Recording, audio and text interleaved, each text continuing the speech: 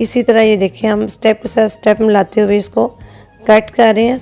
और बेबी को अच्छी तरह पकड़ लिया हमने उसका फेस, क्योंकि बहुत ज़्यादा हिलने वाला बेबी था, बहुत ज़्यादा शरारती करने वाला बेबी था।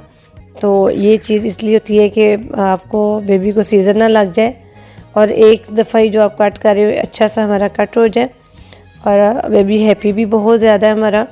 अब देखिए हम लास्ट पे आए हैं और देखिए मेरे राइट एंड लेफ़्ट मेरे गाइडलाइन है, दरमियान में हमारी लेंथ निकल गई है और हमने इसको कट कर दी है।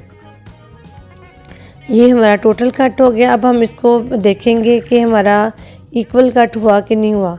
बैलेंस चेक करने के लिए अब हम तमाम हेयर को अपने ऑपोजिट साइड पे लेंगे। अब देखिए मैंने अपना साथ टेल कॉम भी चेंज कर दी, क्योंकि इसके साथ हेयर एकदम से ज़्यादा इकट्ठे हो जाते हैं।